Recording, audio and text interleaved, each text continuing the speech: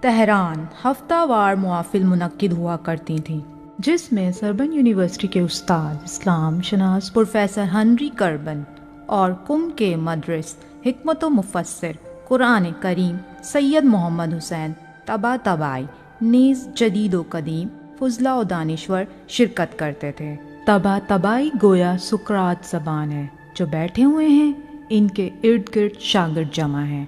Carbon بھی، جو کہ خوش ذوق فاضل شخص ہے، چاہتا تھا کہ اس اسلامی و شیعی ثقافت کے اقیانوس سے چند گھونٹ سیراب ہو جائیں۔ ڈاکٹر علی شریعتی۔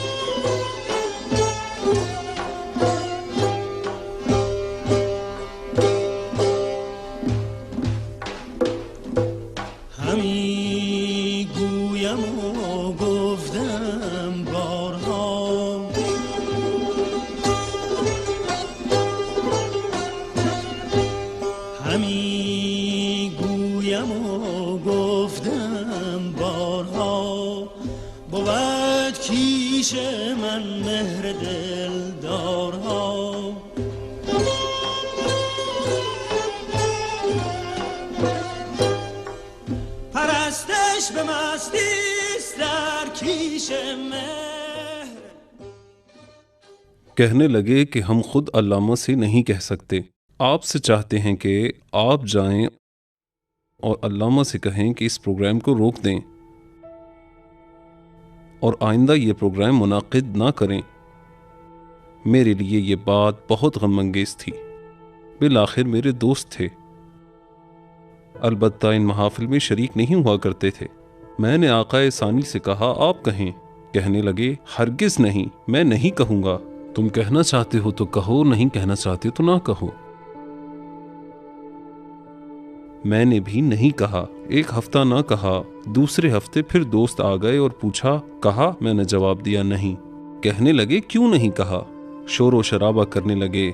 خدایا میں کیا کروں، کہوں نہ کہوں؟ میں نہیں کہنا چاہتا تھا، بلکہ میں چاہتا تھا یہ درس و بحث کی محفل جاری رہے۔ میں کس منہ سے یہ بات کروں؟ ہمت نہیں ہو رہی تھی، لیکن ان لوگوں کا دباؤ اس قدر بڑھ گیا کہ میرا خیال ہے کہ علامہ طباطبائی نے جو خدمت انجام دی، جناب کربن کے ساتھ جو ملاقاتیں کی، اس میں انہوں نے حقائق بیان کیے، پھر شیعہ در اسلام کے موضوع کو بیان کیا جو کہ انہی مباحث کا حاصل وصول تھا۔ تشیع کے معنوی پہلوؤں کو مغرب نہیں پہچانا تھا، علامہ نے انہیں بیان کیا۔ بہرحال جیسا بھی تھا، میں نے امانت کا پاس رکھا اور ایک مناسب فرصت میں جب آقا ثانی بھی بیٹھے ہوئے تھے، میں نے کہا، آقا دوستوں کی طرف سے آپ کے لیے پیغام ہے اور میں مجبور ہوں کہ وہ پیغام آپ تک پہنچا دوں۔ مجھے اچھا نہیں لگ رہا، لیکن پیغام ہے۔ اگر آپ اجازت دیں تو عرض کروں؟ کہنے لگے کہو۔ میں نے کہا،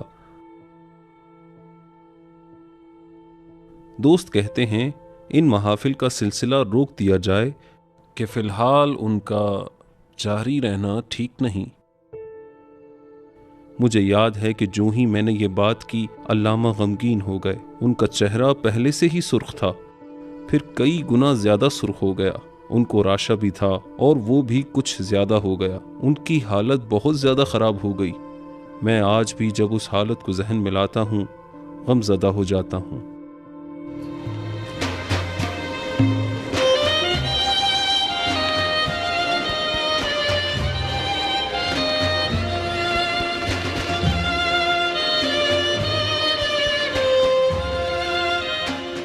جناب کربن نے کہا کہ میں جس قدر کر سکتا تھا میں نے کوشش کی ہے کہ مذہب تشیع کو جیسا وہ حقیقت میں ہے مغرب والوں کو اس کا تعارف کرواؤں۔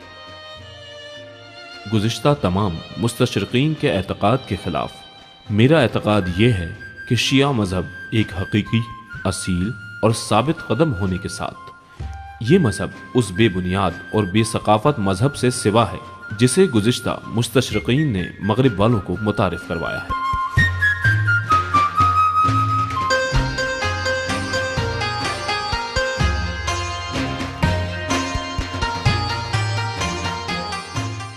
آپ سے چاہتے ہیں کہ آپ جائیں اور علامہ سے کہیں اس پروگرام کو روک دیں۔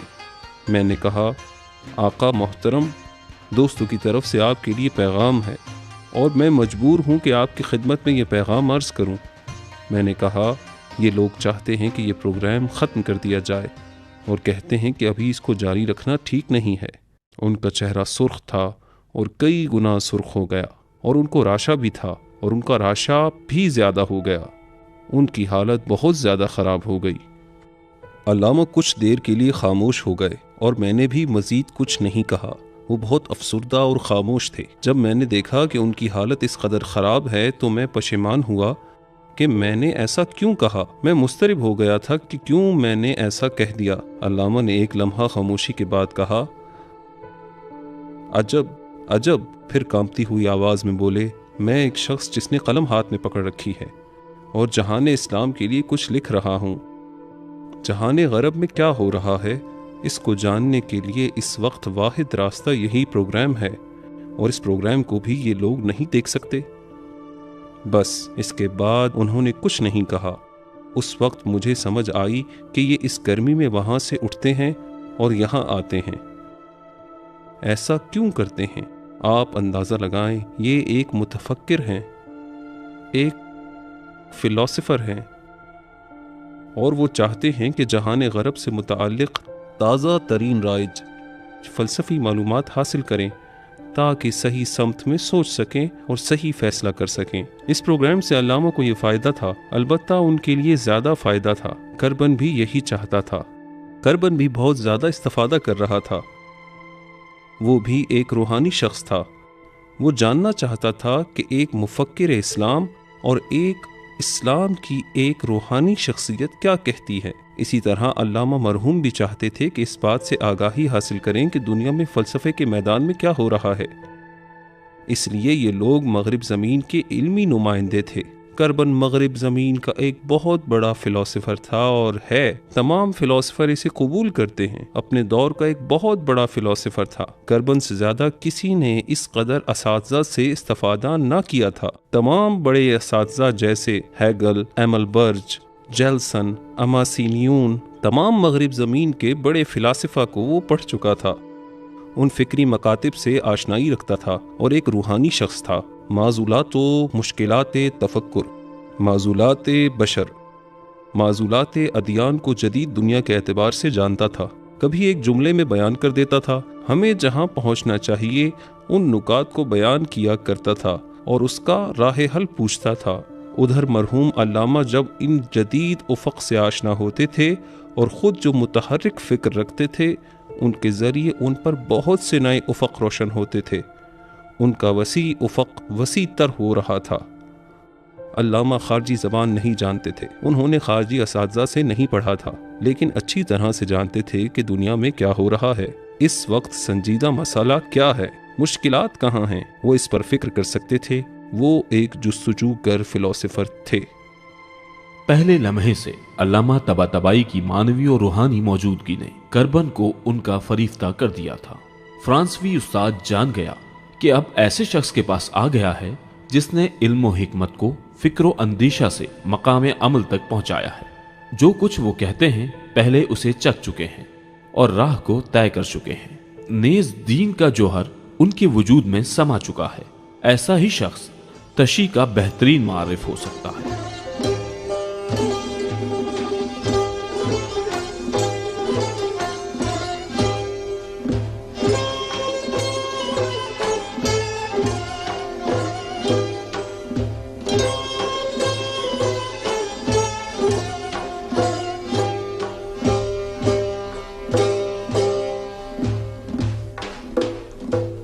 همی گویم و گفتم بارها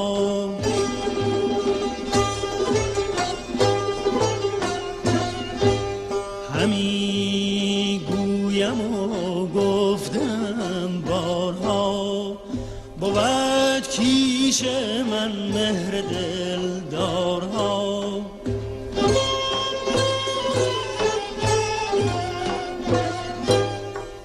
پرستش به مستیست در کیش مهر،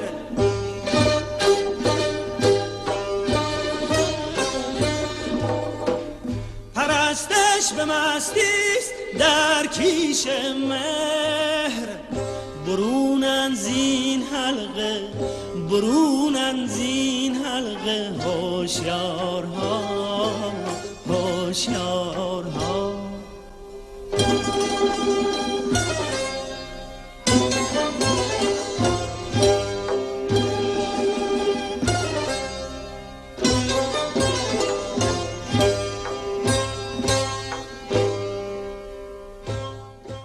ہنری کربن ایرانی اور ایرانی ثقافت کے ساتھ محبت کیا کرتا تھا، ایران کے مستقبل کے ساتھ بہت گہری دلی وابستگی رکھتا تھا، یہاں تک کہ ایران کو اپنا فکری و معنوی وطن گردانتا تھا۔ ایران کی تنگ اور خاکی گلیوں میں علامہ نے اس کی ہمراہی کی اور اسے الوداع کہا۔ اس کے جانے کے بعد جب علامہ اکیلے رہ گئے تو مغرب زمین کے لیے تشیع پر ایک کتاب لکھنے کی فکر کرنے لگے۔ اس بنا پر اس کے شاگردوں کی مدد سے 3 سال کے اندر 2 قابل قدر کتابیں لکھی، قرآن در اسلام اور شیعہ در اسلام۔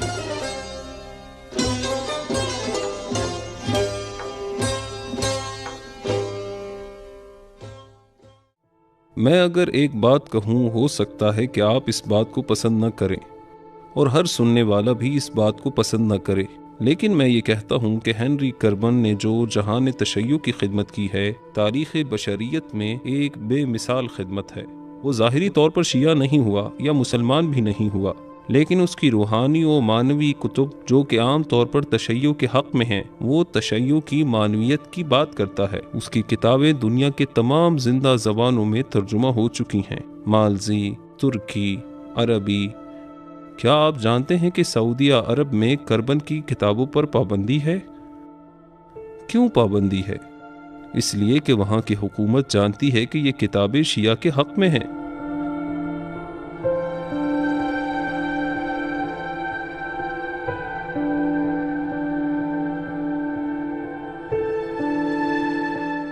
میں چند سال پہلے جب بوسنیا ہرگوزینیا گیا تھا، وہاں اکثریت سنیوں کی ہے، شیعہ بہت کم ہیں۔ میں نے وہاں دیکھا کہ کربن بہت زیادہ مؤثر ہے، جبکہ وہ تشیع کی بات کرتا ہے۔ میں نے پوچھا، آپ لوگ یہ باتیں کہاں سے جانتے ہیں؟ پھر ایک شخصیت نے ہمیں گھر دعوت کی بنام حافظ اوچ، ایک بڑی شخصیت ہے، وہ فرانسوی زبان پر تسلط رکھتا ہے۔ اس نے کربن کی کتب بالخصوص شیعہ سے متعلق کتاب کو لا کر میرے سامنے رکھ دیا۔ اس نے بوسنی زبان میں ان کتابوں کو ترجمہ کر دیا تھا۔ میں نے اپنی آنکھوں سے دیکھا ہے کہ کربن بوسنیا میں بہت زیادہ اثر رکھتا ہے۔ یہ بات میرے لیے عجیب و غریب اور حیران کن ہے۔ ساری اسلامی دنیا میں کربن کا اثر پایا جاتا ہے، اس لیے وہ فلسفی عمیق زبان کا مالک تھا۔ اس کا قلم بہت رواں تھا، کئی زبانوں میں ترجمہ ہو چکا ہے، لوگ اسے پڑھتے ہیں۔ یہ کوئی کم خدمت نہیں ہے، اور اگر وہ علامہ طباطبائی کے ساتھ ملاقات نہ کرتا تو شاید وہ ایسا نہ کر سکتا یا بہت کم کر سکتا۔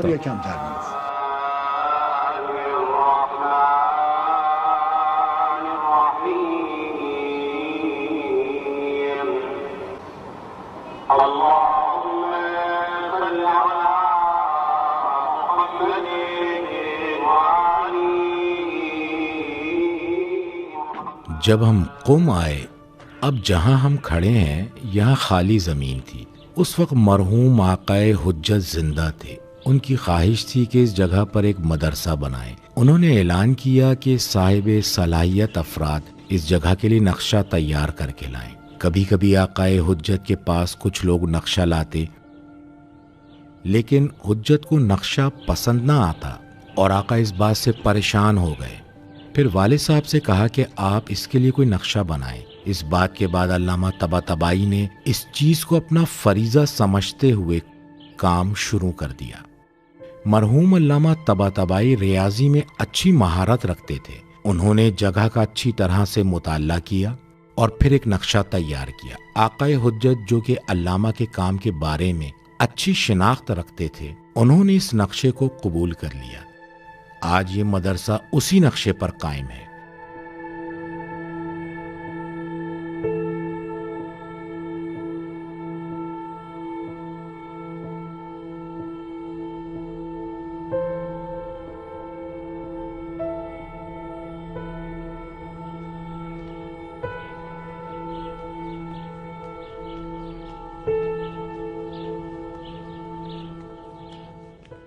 میں نے والد گرامی سے پوچھا، آپ نے ان عمارتوں کو الگ الگ کیوں بنایا ہے؟ ان کے اطراف ایک دوسرے سے ملے ہوئے نہیں ہیں۔ انہوں نے جواب میں کہا، یہ طرز تعمیر دیکھنے والوں کو اپنی طرف متوجہ کرتی ہے اور زمین کی تمام جہات کی طرف متوجہ کرتی ہے، نگاہ کی محدودیت کو ختم کرتی ہے۔ علاوہ ازیں اس میں ہر عمارت کا عقبی حصہ ساکنین کے لیے کئی جہات سے قابل استفادہ ہے۔ زمین میں ایک طرف بیت الخلا بنائے ہیں اور مدرسے میں ورد کے بعد دائیں طرف مسجد کی تعمیر کی ہے۔ اسی طرح مختلف چیزوں کا خیال رکھا ہے۔ تہہ خانوں کے لیے ہوادان بنائے ہیں کہ موسم گرما میں جب ہوا ان سے ٹکرائے تو سیدھی ہوا تہہ خانے میں جائے گی اور فضا میں کچھ خنکی پیدا ہوگی۔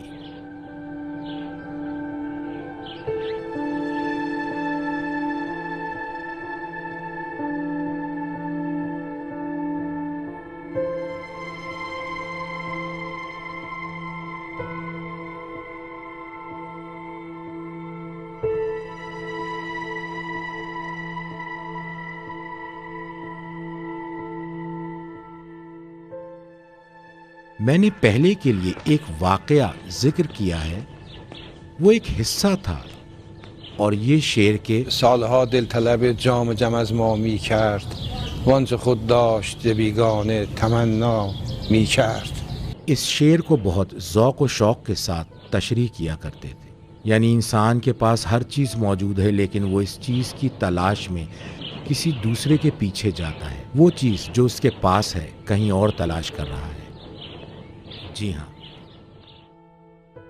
مرحوم علامہ طباطبائی حافظ کے بہت عقیدت مند تھے۔ جب ہم ان کے پاس جایا کرتے تھے اور دروس میں شرکت کرتے تھے، اگر کبھی گفتگو کے دوران کوئی شعر آ جاتا تو اسے بہت اچھی طرح سے معنی کرتے۔ حافظ کے ساتھ بہت زیادہ انس و الفت رکھتے تھے۔ چونکہ آقا طباطبائی خود بھی ادیب تھے، اس کے علاوہ فلاسفر بھی تھے اور حافظ کے شعر کی ظرافت کو بہت اچھی طرح سمجھتے تھے۔ وہ حقیقت میں ہنر مند تھے، اس طرح شعر کو بیان کرتے کہ جیسے اس کے مطالب کو انہوں نے لمس کیا ہے۔ ان جلسات اور دیوان حافظ کے ساتھ وابستگی نیز حافظ کی ابیات میں جو غور و خوض کیا کرتے تھے، اس کا نتیجہ جمال آفتاب کتاب تھی۔ استاد، آپ نے شعر کیوں کہے؟ پہلے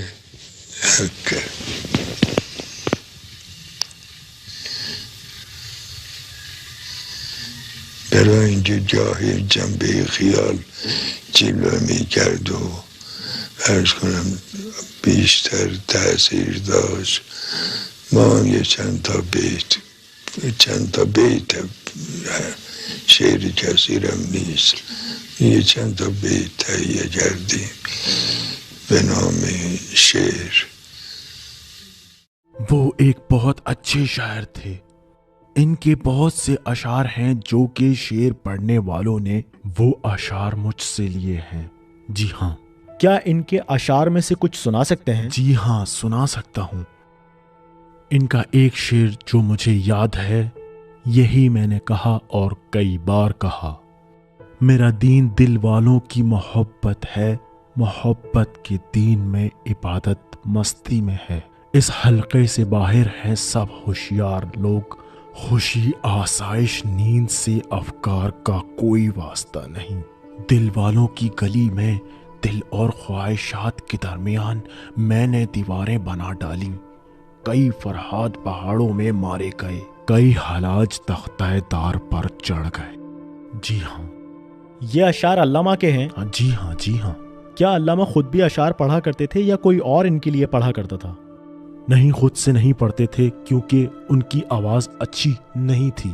جی ہاں، یعنی معمولی انداز میں؟ جی، معمولی انداز ان کے بہت سے اشعار ہیں، انہوں نے اپنے اشعار کو ضائع کر دیا تھا۔ وہ نہیں چاہتے تھے کہ شاعر مشہور ہو جائے۔ نوکر کو کاغذ دیے اور کہا کہ پانی میں بہا دو، سوائے بعض اشعار کے جو لوگوں کے ہاتھ پہنچ چکے تھے، بس وہی باقی رہ گئے ہیں۔ جو اشعار آپ کہہ رہے تھے کیا آپ کو یاد نہیں آیا جو امام حسین علیہ السلام کے بارے میں تھا؟ بس ایک شعر ہے، شاید مجھے یاد آ جائے۔ گفت اون شاه شهیدان که بلا شد سویم، با همین قافله ام راه فنا می پویم۔ اس کا مطلع یہ تھا، اس کے بعد والا حصہ یاد نہیں، بہت پرتاثیر ہے۔ استاد، کیا آپ کو اپنے اشعار میں سے کچھ شعر یاد ہیں؟ شاید یادم باشه.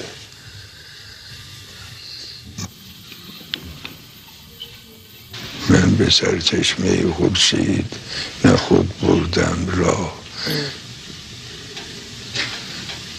ذره بودم و ذره بودم و مهر تو مرا بالا برد.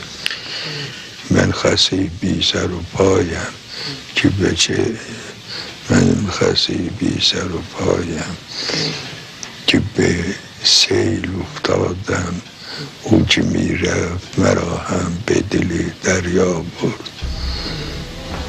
یه چند تای دیگرم داره.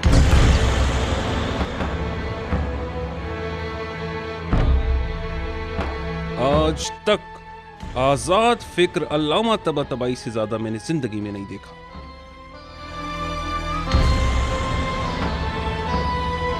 لوگوں کے اور اپنے درمیان کسی بھی قسم کے فرق کے قائل نہ تھے۔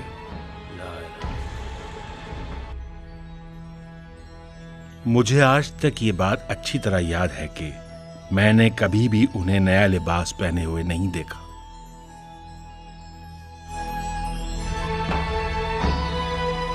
اگر آپ انہیں کبھی نماز پڑھتے ہوئے دیکھ لیتے تو حقیقتاً وہ نماز میں محو ہوتے تھے۔